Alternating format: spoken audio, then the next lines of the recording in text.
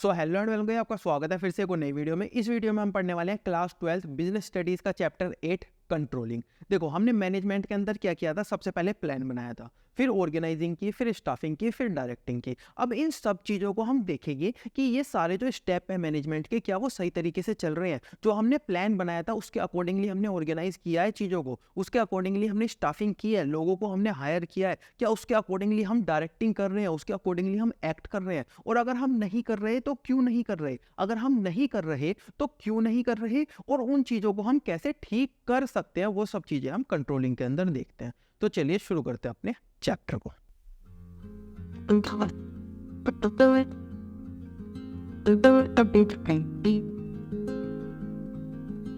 तो video start करने से पहले कुछ बेसिक बातें, कैसे आप इस वीडियो को देखकर मिनिमम इनपुट देकर मैक्सिमम आउटपुट निकाल सकते हो। ये बातें मैं हर वीडियो के स्टार्टिंग में बोलता हूं। अगर आपको ये बातें पहले से पता है तो आप डायरेक्टली टॉपिक 1 के ऊपर जंप कर सकते हो।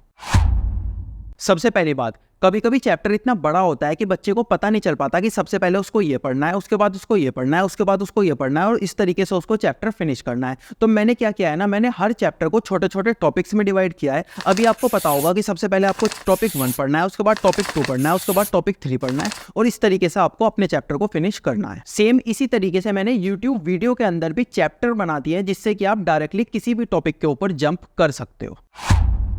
दूसरी बात, अभी आपको किसी भी चैप्टर को पढ़ने के लिए वीडियो का पार्ट 1, पार्ट 2, पार्ट 3 ढूंढने की जरूरत नहीं पड़ेगी। मैंने पूरा का पूरा चैप्टर सिर्फ और सिर्फ एक वीडियो में कवर किया है। तीसरी बात, इस वीडियो के अंदर जो भी आप पढ़ोगे उसके नोट्स बनाने की जरूरत आपको नहीं है। वो सारे के सारे नोट्स आपको हमारे टेलीग्राम चैनल पे मिल जाएंगे, जिसका लिंक आपको डिस्क्रिप्शन में मिल जाएगा, वहां से आप डाउनलोड कर सकते हो। फोर्थ थिंग, अगर आप कोई सा भी चैप्टर हमारे नोट्स में से पढ़ते हो और आप कोई सा भी कॉन्सेप्ट करते हुए, कोई सा भी क्वेश्चन करते हुए कहीं पे अटक जाते हो, तो उस कॉन्सेप्ट के और उस क्वेश्चन के राइट हैंड साइड में आपको एक क्लिक हियर नाम का आइकन दिखेगा। अगर आप उस पर क्लिक करते हो तो आप उस यूट्यूब की वीडियो के उस पार्ट में पहुंच जाओगे जहां पे मैंने वो वाला कॉन्सेप्ट या फिर वो वाला क्वेश्चन पढ़ाया होगा। तो आप डायरेक्टली वहां से अपने डाउट क्लियर कर सकते हो। और लास्ट चीज, बच्चे मुझसे कई बार पूछते हैं कि अगर वो इस वीडियो के सारे कॉन्सेप्ट, सारे क्वेश्चंस कर लेते हैं तो उसके अलावा भी और कुछ करने की उनको जरूरत पड़ेगी। तो अगर आप इस वीडियो के सारे कॉन्सेप्ट और क्वेश्चन सही से कर लेते हो तो आपको कुछ और करने की बिल्कुल भी जरूरत नहीं पड़ेगी। आप एग्जाम के अंदर 100 आउट ऑफ 100 मार्क्स ला सकते हो। अब शुरू करते हैं अपने चैप्टर को।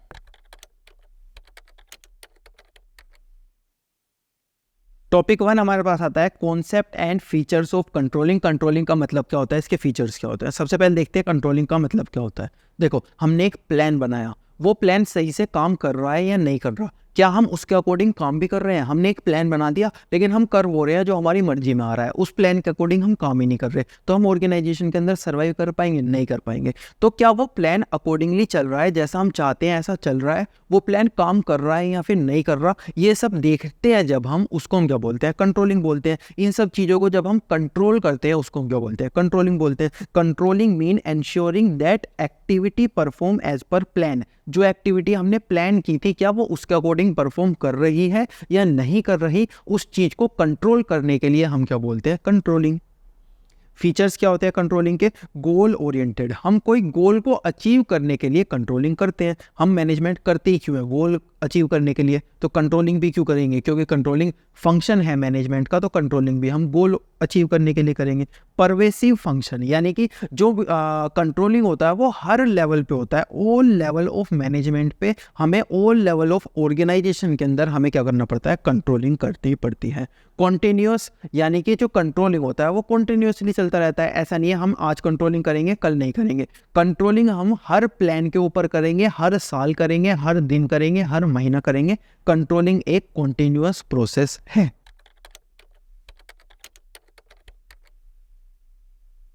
इसके बाद टॉपिक 2 हमारे पास आता है इंपॉर्टेंस ऑफ कंट्रोलिंग। क्यों हमें कंट्रोलिंग की जरूरत है ऑर्गेनाइजेशन के अंदर, देखते हैं। सबसे पहले एकम्प्लिश गोल, हमको क्या करना पड़ेगा, गोल को एकम्प्लिश करना पड़ेगा, गोल को सेट करना पड़ेगा, और उस गोल को कैसे हम अचीव करें उस चीज को हमें कंट्रोल करना पड़ेगा, इसीलिए हमें कंट्रोलिंग की जरूरत पड़ती है। जजिंग स्टैंडर्ड, जो हमने स्टैंडर्ड बनाए थे, जैसे हमने स्टैंडर्ड बनाया था एक दिन में हम 1000 यूनिट प्रोड्यूस करेंगे, हम क्या वो 1000 यूनिट प्रोड्यूस कर पा रहे हैं, नहीं कर पा रहे, तो क्यों नहीं कर पा रहे, ये सब चीज़ों के लिए हमें क्या चाहिए, कंट्रोलिंग चाहिए।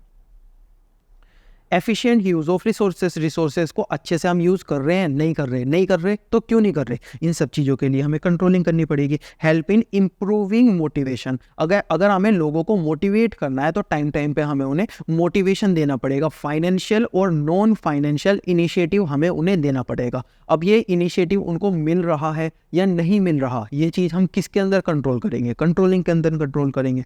Ensuring order and discipline, organization के अंदर सब कुछ ऑर्डर में है, जिस इंसान की जहाँ पे प्लेस है वो वहीं पे है, जिस टूल की जहाँ पे प्लेस है वो टूल वहीं पे है। ऑर्डर और डिसिप्लिन ऑर्गेनाइजेशन के अंदर है या नहीं, उस चीज़ को कंट्रोल करने के लिए हमें कंट्रोलिंग की जरूरत पड़ेगी। हेल्प इन फैसिलिटेटिंग कोऑर्डिनेशन, लोग एक दूसरे के साथ मिलके काम कर रहे हैं या फिर मिलके काम नहीं कर रहे, इस चीज़ को हमें कंट्रोल करना पड़ता है, इसीलिए हमें कंट्रोलिंग की जरूरत पड़ती है।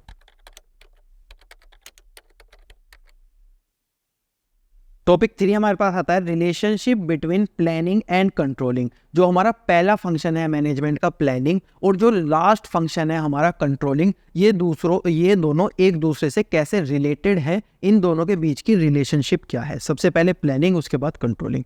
प्लानिंग जो होती है ना, both are interrelated and independent, यानी कि ये दोनों एक दूसरे से रिलेटेड है। कैसे? Planning based on fact make controlling easy and efficient, यानी कि प्लानिंग हम इस तरीके से करते हैं कि जो कंट्रोलिंग है उसके अंदर क्या हो जाती है, हमें फैसिलिटेट हो जाता है। और जो कंट्रोलिंग हम करते हैं उससे क्या होता है, जो हमारे फ्यूचर के प्लान हम बनाने वाले हैं वो हम और अच्छे से बना पाते हैं। प्लानिंग हम इस तरीके से करते हैं कि हमारी कंट्रोलिंग ईजी हो जाए, और कंट्रोलिंग करने के बाद हम फ्यूचर में क्या प्लान करेंगे उस चीज़ के अंदर हमें क्या हो जाती है, हेल्प हो जाती है।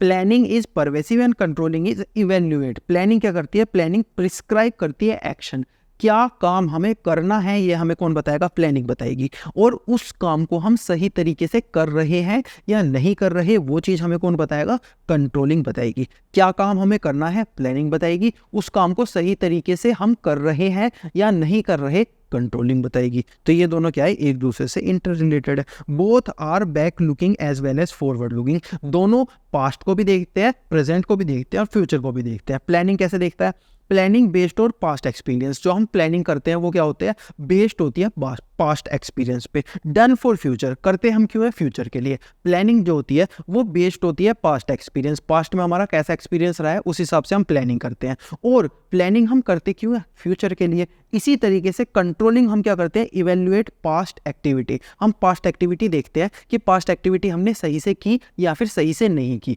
और उसके अकॉर्डिंगली हम फ्यूचर में क्या करते हैं, हेल्प करते हैं प्लानिंग को। सबसे पहले हम क्या देखते हैं, इवेल्युएट पास्ट एक्टिविटी, पास्ट में जो हमने एक्टिविटी की क्या वो सही तरीके से की या नहीं की। उसके बाद इंप्रूव करते हैं फ्यूचर परफॉर्मेंस, जो हमारी फ्यूचर में परफॉर्मेंस होने वाली है वो हम इंप्रूव करेंगे। पास्ट में जो हमने गलती की है क्या हम फ्यूचर में उसे दोहराएंगे, नहीं दोहराएंगे, हम फ्यूचर में उस गलती से सीखेंगे और आगे बढ़ेंगे, अपनी परफॉर्मेंस को इंप्रूव करेंगे। तो ये क्या थी, relationship between planning and controlling.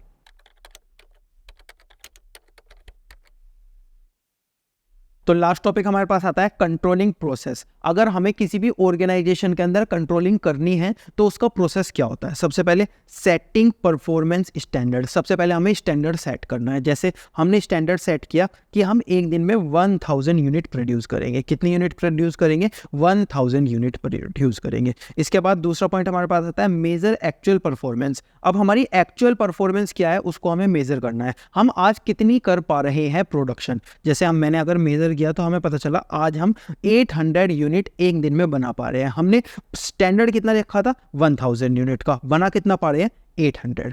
तीसरे पॉइंट में हमें क्या करना है, कंपेयर करना है परफॉर्मेंस को, एक्चुअल परफॉर्मेंस को स्टैंडर्ड से। जो हमने स्टैंडर्ड रखा था क्या हम उस पर परफॉर्म कर पा रहे हैं या नहीं कर पा रहे। तो करते हैं इन दोनों को मेजर। सबसे पहले हमने स्टैंडर्ड किया, सेट किया, उसके बाद हमने देखा एक्चुअल हम कितना कर रहे हैं। अब हम इन दोनों को कंपेयर करेंगे। हमने यहाँ पे देखा कि हमने 1000 बनाने की सोची थी, बना हम 800 पा रहे हैं, यानी कि 200 यूनिट हम क्या चल रहे हैं, शॉर्ट चल रहे हैं, माइनस में चल रहे हैं 200 यूनिट। तो अब हमने क्या किया, दोनों को कंपेयर कर लिया। अब हम देखते हैं एनालाइज, ये जो हमारी 200 यूनिट हमने कम बनाई, हमने क्यों बनाई। तो हम एनालाइज करेंगे सिचुएशन को, हमने क्यों बनाई। हम सिचुएशन को एनालाइज करते हुए इस कंक्लूजन पे पहुंचे, जो हमारी लेबर है ना वो लेस मोटिवेट है।